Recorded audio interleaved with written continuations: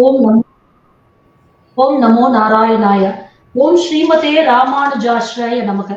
இது என்னன்னா, இது ஒரு புக். அந்த புக் பேர் வந்து திருக்கோளூர் பெண் பிள்ளை ரகசியம்னு ஒரு புக். எனக்கு வந்து ரொம்ப புடிச்ச புக். நான் முன்னாடி படிச்சிருக்கேன். இதுல நான் ஏதாவது தப்பா சொல்லியிருந்தேன்னா, ஃபர்ஸ்ட் நான் மன்னிப்பு கேட்டுக்கிறேன். எனக்கு ரொம்ப புடிச்ச புக். துஷ்யந்தர் சீலரோட டிஸ்கோர்ஸ் இருக்கு. யூடியூப்ல நீங்க பார்த்தீங்கன்னா, அவரோட டிஸ்கோர்ஸ் இருக்கு. எனக்கு பர்சனலி எனக்கு ரொம்ப புடிச்ச புக். அதனாலதான். உண்ணும் சோறும் பருகும் நீர் தின்னும் வெற்றிலை எல்லாம் கண்ணன் எம்பெருமான் என்றென்றே கண்ணில் நீர் மல்கி மண்ணில் உளவான் சிறீர் வள்ளம் மிக்கவன் போல் விரவித் தின்னும் என் இளமான் புகும் ஊர் திருக்கோளூரே. திருக்கோளூர்ங்கிறது பாண்டிய நாட்டுல உள்ள ஒரு திவ்ய தேசம். 108 திவ்ய தேசத்துல அது ஒரு திவ்ய தேசம். அங்க ஆழ்வார் திருநகரிக்கு பக்கத்துல உள்ளது. அதே மாதிரி என்ன சொல்லுவா அது, திருப்பதி எல்லாம் இருக்குமே, அந்த மாதிரி நவ திருப்பதியில அது ஒரு திருப்பதி. அங்க இருக்கிற சுவாமி பேரு வைத்தமானதி பெருமாள், அம்பாள் பேரு குமுதவள்ளி தாயார். அங்க குபேர தீர்த்தம்னு ஒண்ணு இருக்கு. அது ஏன் குபேர தீர்த்தம் வந்ததுன்னா, அது ஒரு கதை இருக்கு. குபேரன் வந்து ஒரு நாள் போய் நமசிவாயத்தையும் பார்வதி தேவியையும் கைலாசத்துல போய் பார்க்க போனார். அப்ப பார்வதி தேவியோட அழக பார்த்து இவர் வந்து ஒரு நிமிஷம் சபலப்பட்டார். ஓ, என்ன அழகா இருக்கா அம்பாள், நமக்கு கிடைக்க மாட்டாளான்னு. உடனே பார்வதி தேவிக்கு தெரிஞ்சுடுறது. அவளுக்கு பயங்கரமா கோவம் வந்துடுறது. உனக்குள்ள பணத்துமருனாலதானே நீ ஏன் மேல ஆசைப்படுற, உன்னோட நிதி எல்லாம் போகட்டும், எல்லாம் போய் நீ உனக்கு ஒண்ணுமே இல்லாம ஆண்டி ஆயிடுவேன்னு சாபம் கொடுத்துருது. உடனே இவருக்கு கொஞ்ச நேரத்துல புத்தி வந்துடுறது. சரி, நம்ம தப்பு பண்ணிட்டோம் அப்படின்னு அம்பாள் காலில் விழுந்து, என்ன மன்னிச்சிரு தாயே, நீ என்னோட அம்மா மாதிரி என்ன மன்னிச்சிரு அப்படிங்கிற. உடனே அம்பாள் சொல்றா, நீ என்னோட அண்ணாட்ட போய் கேளு, எல்லா நிதியும் அண்ணாட்ட போய் எடுத்து நீ என்னோட அண்ணாட்ட அண்ணா பெருமாள் கிட்ட போய் கேளு, அவர் திருக்கோளூர்ன்ற ஒரு இடத்துல இருக்காரு, நீ போய் கேளுன்னு. இவர் ஓடுற, பணம் வேணும் ஓடுற, போய் கேட்கும் போது பெருமாள் சொல்ற, இது பாத்திரத்தை நீட்டு நான் போடுறேன் அப்படின்னு அளந்து போடுற. அப்ப கொஞ்சம் பணம் கீழே சிந்தருது. அவர் பாக்குற 2-3 தடவை நம்ம பண்ற மாதிரிதான். சுவாமியோடது நமக்கு தெரியாது. அவர் சொல்ற, சுவாமி பணத்தை சிந்தாம எனக்கு போடுங்க அப்படிங்கிற. பகவானும் சிரிச்சுட்டே சரி அப்படின்னு எடுத்து எடுத்து அள்ளி அள்ளி போடுற. கடைசியில சொல்ற, இந்த கீழெல்லாம் விழுந்தது பத்தியா, அதை எடுத்துட்டு போ, இது என்னோட பக்தாளுக்கு. என்னெல்லாம் பாத்திரத்துல விழுந்ததோ அதை வச்சுட்டு போ, அது வந்து என்னோட பக்தாளுக்கு. கீழே விழுந்ததெல்லாம் நீ அள்ளிட்டு போங்க. அதுவே அவ்வளவு நிதி. அதனாலதான் அவருக்கு பெயர் வந்து வைத்தமாநிதி பெருமாள். அந்த ஸ்தலம் வந்து தாமிரபரணி நதிக்கு கிட்ட இருக்கு, திருநெல்வேலியில. அதுக்கு பேர் வந்து பூலோக வைகுண்டம் அப்படின்னு சொல்லுவாங்க. வைகுண்டத்துக்கு எப்படி நம்ம திருப்பி போனா திருப்பி ரிட்டர்ன் கிடையாதோ, அந்த மாதிரி அந்த ஊருக்குள்ள போனா யாருக்குமே வர தோணாலாம். அது அவ்வளவு, அது வைகுண்டம் மாதிரி அது ஒரு ரொம்ப பிரசித்தமான ஊர். அங்க ஒரு தடவை ராமானுஜர் எல்லா திவ்ய தேசத்துக்கும் போயிட்டு திருக்கோளூருக்குள்ள காலடி எடுத்து வைக்கல. அப்ப ஒரு பொண்ணு வந்து அழுதுண்டே வெளியில வர. இவருக்கு ஒரே ஆச்சரியம். என்னது இது? அவர் சொல்ற, நான் புகும் ஊர் உனக்கு போகும் ஊர் ஆயிற்றே அம்மா, எதுக்கு அழற? எல்லாரும் திருப்பூருக்கு வரணும்னு ஆசைப்படுறா, நீ மூட்டை முடிச்செல்லாம் கட்டிட்டு வெளியில போறியே அப்படின்னு. அந்த பொண்ணு சொல்றது, சுவாமி, நான் இங்க இருக்க என்ன ஒரு தகுதி? நான் வந்து ஒரு எலி புழுக்கைக்கும் ரொம்ப இது. நான் திருக்கோளூர்ல இருக்கணும்ன்றதுல நான் எங்க இருந்தாலும் பொழைச்சுப்பேன். நான் இந்த ஊர்ல இருக்க தகுதியே இல்லை அப்படின்னு. அவர் ராமானுஜருக்கு ஒரே ஆச்சரியம். என்னது இது? நீ சின்ன பொண்ணு, உனக்கு மிஞ்சி மிஞ்சி போனா ஒரு 10 வயசு 15 வயசுக்குள்ள இருக்கும். உனக்கு என்னம்மா தகுதி வேணும் இந்த ஊர்ல இருக்க? நீ தாராளமா இருக்கலாம், எல்லாரும் இருக்கலாம்னு. உடனே அந்த பொண்ணு சொல்றது, ஒரு 81 கேள்வி கேட்கிறது.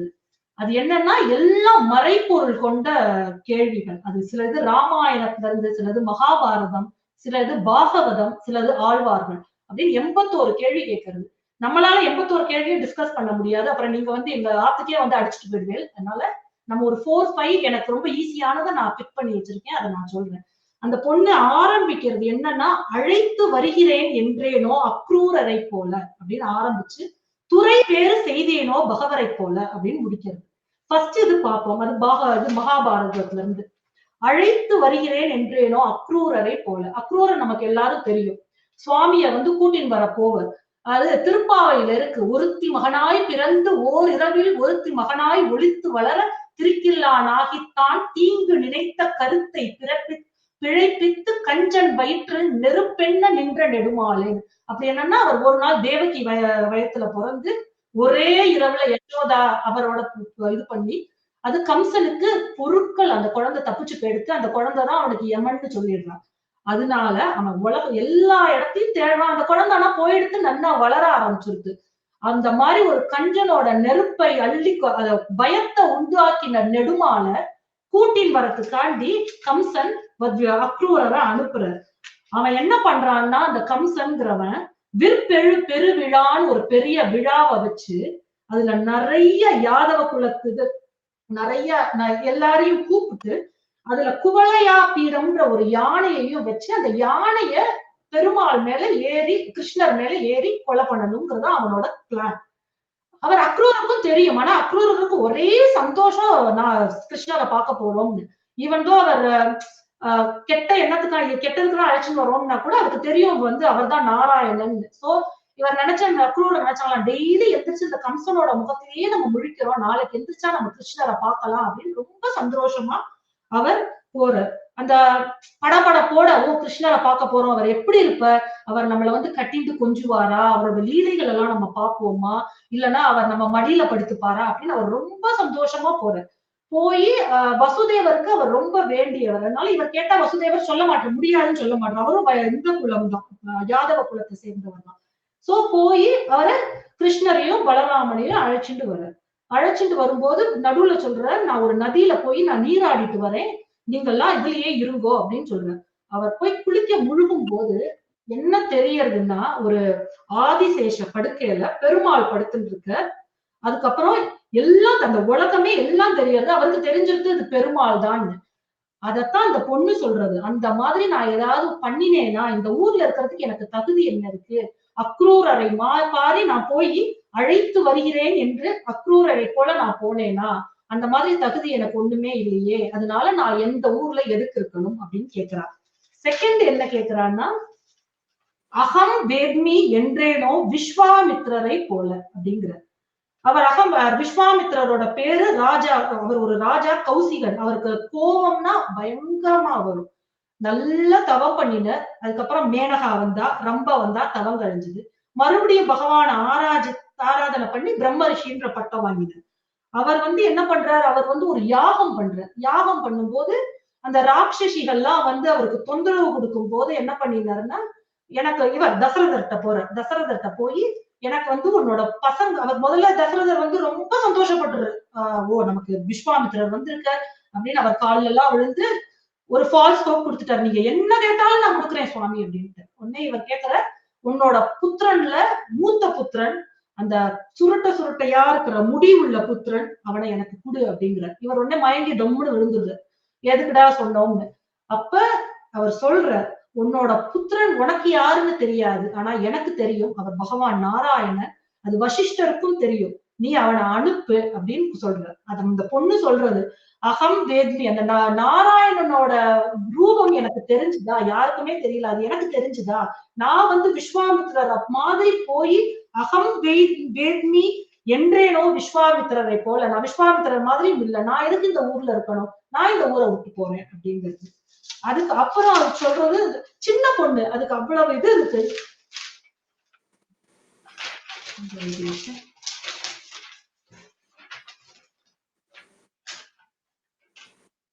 அதுக்கப்புறம் சொல்றது, காட்டுக்கு போறேனோ பெருமாளை போல. அதாவது வைஷ்ணவ இதுல வந்து பெருமாள்னாலே ராமர் தான், வேற யாருமே கிடையாது. பெருமாள்னு சொன்னாலே அது ராமபிரான் தான். அவர் வந்து நமக்கு ராமரோட கதை எல்லாருக்கும் தெரியும். ராமர் வந்து தசரதரோட பையன், போய் விஸ்வாமித்திரோட சண்டை போட்டு சீதா மாதாவை கல்யாணம் பண்ணிட்டு வந்து அவருக்கு பட்டாபிஷேகம் பண்ண போறார். ராத்திரி அந்த கைகேயி, எல்லாருக்கும் ஸ்டோரி தெரியும். ராமரை கூப்பிட்டார் அவ அப்பா கூட கூப்பிடல, கைகேயி தான் கூப்பிட்டு விட்டா. நீ வா ராமா, உன்னோட நான் கொஞ்சம் பேசணும், நீ வா அப்படின்னு. ராமர் போன. அவர் பொண்ணே கைய கண்ணை காமிச்சா தசரதர் சொல்ற, நாளைக்கு உனக்கு பட்டாபிஷேகம் இல்ல, நீ காட்டுக்கு போற அப்படின்னு. உடனே நம்மளா இருந்தா என்ன சொல்லியிருப்போம், உனக்கு என்ன வந்துட்டு அப்பாவோட பயங்கரமா சண்டை போட்டிருப்போம், நான் ராஜா நான் அது. ராமர் ஒரு வார்த்தை சொல்லலையும். அவர் மிஞ்சி சொன்னாலாம், அம்மா நீங்க சொல்லியிருந்தா கூட நான் போயிருப்பேன் அப்படின்னா எல்லாத்தையும் துறந்தாராம். எல்லாத்தையும் இது பண்ணி சீதா மாதாவும் கூட போனா, அவ யாருமே எதிர்பார்க்கல, எல்லாத்தையும் துறந்து காவி வேட்டி இதை போட்டுட்டு அவர் காட்டுக்கு போனார். அது பொண்ணு கேட்கறது, ராமரை போல பெருமாளை போல நான் காட்டுக்கு போனேனா, எதுக்கு நான் இந்த ஊர்ல இருக்கணும். அடுத்து இதெல்லாம் ஒவ்வொரு கொஸ்டின், ஆனா வந்து இது ஆர்டர்ல இல்ல. ஆர்டர்ல வந்து துஷ்யந்த சீதர் சொல்லியிருப்பார். அதனால நீங்க உங்களுக்கு வேணும்னா டிஸ்கோஸ் கேளுங்க. நான் சும்மா கொஞ்சம் பிக் பண்ணி நான் சொல்றேன். அதுக்கப்புறம் சொல்றேன், கை இரண்டும் விட்டேனோ திரௌபதியை போல. அது சொல்றது, கை இரண்டையும் விட்டேனா, அது என்னன்னா இட்ஸ் a டோட்டல் சரண்டர். நம்ம எல்லாம் என்ன பண்ணுவோம், சுவாமியை கும்பிடுவோம், ஆனா நினைப்போம், ஓ நான் யாராவது நம்ம நீ இன்னைக்கு நல்லா பேசிட்ட, நல்லா பாடினேன்னா எல்லாத்தையும் பத்தி இன்னைக்கு நான் நல்லா பாடினேன், நல்லா பேசினேன், அந்த அகங்காரம் வந்து. அதே மாதிரிதான் திரௌபதிய யாருக்குமே ஒரு பொண்ணுக்கு நடக்கக்கூடாத அநீதி திரௌபதிக்கு நடந்தது. முடிய புடிச்சு அவளுக்கு தீட்டாவும் இருந்தப்போ முடிய புடிச்சு இழுத்துட்டு போய் சபையில எல்லாரும் இருந்தா. பீஷ்மர் இருந்தார், துரோணாச்சாரியார், பெரிய பெரிய ரிஷிகள் எல்லாரும் ராஜ பரம்பரையில எல்லாரும் இருந்தா. திரௌபதி முதல்ல அந்த புடிச்சுட்டே அழுதா. புடிச்சுட்டே அழுதா. எல்லாரையும் கூப்பிட்டா. 5 ஹஸ்பண்ட், ஒரு ஹஸ்பண்ட் இல்ல, ஒரு ஹஸ்பண்ட் இருந்தாலே காப்பாத்தணும். 5 ஹஸ்பண்ட், 5 ஹஸ்பண்டும் காப்பாத்தல. அப்படியே அதை புடிச்சுக்கிட்டே பீஷ்மரை கேட்டா, பீஷ்மா என்ன வந்து நீ இவ்வளவு பெரிய இது என்ன காப்பாத்து, ஒவ்வொருத்தரையா அழுது கேக்குறா. அவ கடைசியில என்ன பண்ணா, எல்லாத்தையும் விட்டுட்டு கிருஷ்ணர் அங்க வெயிட் பண்ணிட்டு இருந்தான். அதாவது அவர் எப்ப அவ என்ன கூப்பிடுவா, எல்லாத்தையும் விட்டுட்டு அவ என்ன எப்ப கூப்பிடுவான்னு அவர் ரெடியா இருந்தாராம். அது அவளுக்கு எல்லாம் சொல்லிட்டு 2 கையையும் அவ விட்டுட்டு கிருஷ்ணான்னு கூப்பிட்ட உடனே வந்து காப்பாத்தினா. அந்த மாதிரி எனக்கு மனப்பக்குவம் இருந்ததா, நான் 2 கையையும் விட்டுட்டு சுவாமியை நான் கூப்பிட்டேனா, நான் எதுக்கு இந்த இதுல இருக்கணும் அப்படின்னு கேக்குறாரு. அடுத்து பாகவதத்துல இருந்து கேக்குறாரு, பகவானை பெற்றேனோ தேவகியை போல. தேவகி தான் பகவானோட இது.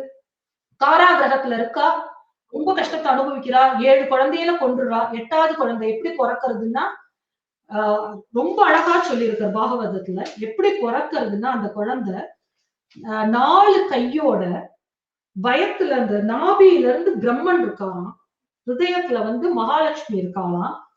ரொம்ப அழகா எல்லாத்தோடையும் பிறக்கிறதாம். அப்ப வந்து தேவகியும் வசுதேவரும் சொல்றாரா, அந்த காராகிரம் இவ்வளவு இருட்டா இருக்கேன், நான் எப்படி உன்னை பார்ப்பேன், உன்னை கொண்டு போய் நான் இன்னைக்கு போய் நான் இதுல போய் வேற ஊர்ல போய் சேர்க்கணும், நான் உன்னை எப்படி பார்ப்பேன் போது அந்த குழந்தை சிரிச்சுதான் அதுக்கு 32 பல்லும் இருந்துடும். அது அவர் சொல்றாராம், பிறந்த குழந்தைக்கு எப்படி 32 பல்லு இருந்தது, அதுவும் அந்த இருட்டுல எப்படி தெரிஞ்சதுன்னு கேட்டார்னா, அவரோட 2 கண்ணுல ஒண்ணு சூரியனா ஒண்ணு சந்திரனா, அந்த வெளிச்சம் பட்டு அந்த பல் தெரிஞ்சுதான். அவ்வளவு அழகான குழந்தை. அவர் வந்து அந்த மாதிரி ஒரு தெய்வ அம்சம் உள்ள குழந்தைய நான் தேவகி மாதிரி என்ன புண்ணியம் பண்ணி பெற்றேன், அதனால நான் எதுக்கு இந்த ஊர்ல இருக்கணும் அப்படின்னு கேட்கிறான். அதுக்கப்புறம் ஆழ்வார்களை பத்தி சொல்றாங்க, அந்தாதி பாடினேனோ அமுதனாரை போல அப்படின்னு சொல்றான்.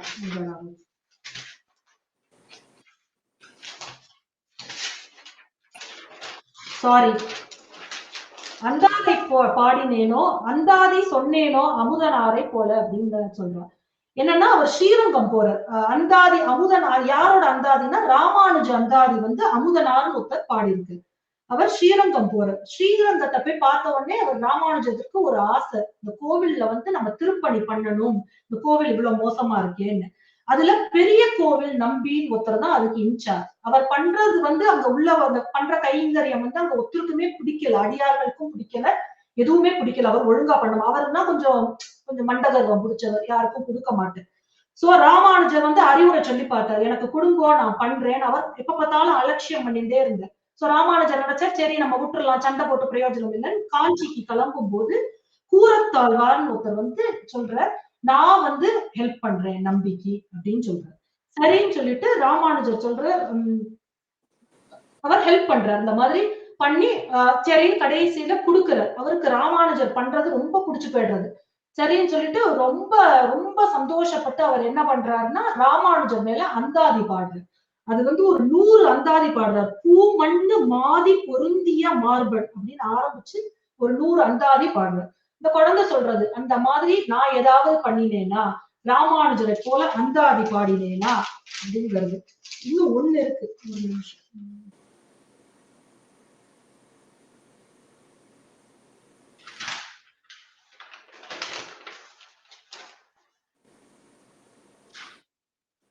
அதுக்கப்புறம் இன்னொன்னு சொல்றது, இங்கில்லை என்றேனோ ததிபாண்டனை போல அப்படிங்கிறது. இது ரொம்ப அழகான கதை. கிருஷ்ணர் வந்து எல்லா இடத்துலயும் போய் வெண்ணெய் சாப்பிடுவார். தன்னாத்துல இருந்து எடுத்துக்கிறத விட மத்த ஆத்துல எல்லாம் போய் வெண்ணெயை திருடி சாப்பிடுவார். அதுல எல்லா மாமியும் ஒரு நாள் பிடிக்க ஓடி வரா. ஓடி வந்து கிருஷ்ணர் வரைஞ்சு போயிடுது. தேவகிட்ட போற. தேவகிட்ட போய் சொல்ற, உன் புள்ள இப்படி இருக்கான், டெய்லி வெண்ணையா சாப்பிடுறான், எங்களுக்கு என்ன செய்யணும்னே தெரியலன்னு உடனே தேவகி சொல்றா, பெரம்பு எடுத்துன்னு வரா, இன்னைக்கு பாரு அவனை உண்டுலாம் ஆக்கிடுறேன். இவர் கிருஷ்ணர் ஓடி போறார். அப்ப ததிபாண்டர்னு ஒருத்தர் இருக்கார். அவர்கிட்ட சொல்றார், இந்த பானைக்குள்ள தயவு செஞ்சு நான் ஒழிஞ்சுக்கிறேன், எங்க அம்மா எல்லாரும் ஓடி வரா, என்னை போட்டு அடிச்சுக்கிட்டு ரொம்ப இது பண்ணிடுவான்னு ஒரு பானைக்குள்ள போய் கிருஷ்ணர் போய் ஒழிஞ்சுன்றார். அந்த எல்லா மாமியும் வந்து கேட்கறா, எங்க அந்த பையன் எங்கன்னு கேட்கறா, இவர் தெரியவே தெரியாதுன்றார். அதுக்கப்புறம் தேவகி வந்து கேட்கிறா, எங்க கிருஷ்ணர் எங்கன்னு, அப்பயும் தெரியாதுன்றது. கிருஷ்ணருக்கு உள்ள மூச்சு முட்ட ஆரம்பிச்சிடுறது. உள்ள இது ஹோல் ஒண்ணுமே இல்ல.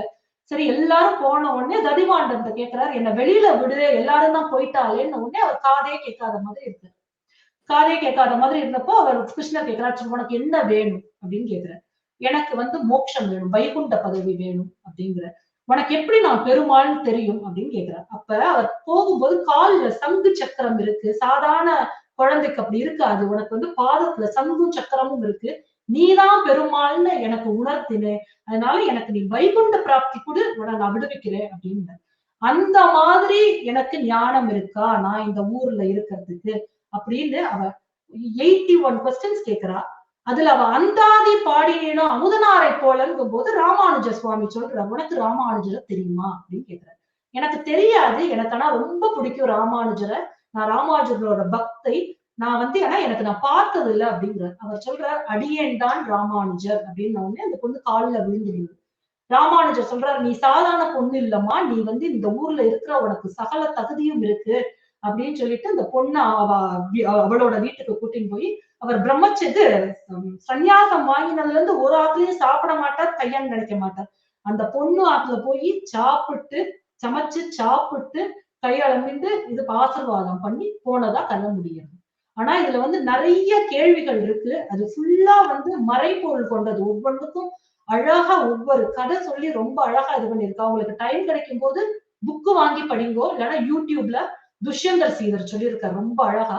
நான் ஒழுங்கா சொல்லல, பட் நீங்க போய் அவரோட டிஸ்கோர்ஸ் கேட்டீங்கன்னா ரொம்ப நன்னா இருக்கும். ரொம்ப நன்னா சொல்லியிருக்கேன். ஓம் நமோ நாராயணன். நல்லாதான் சொன்னீங்க. ஏன்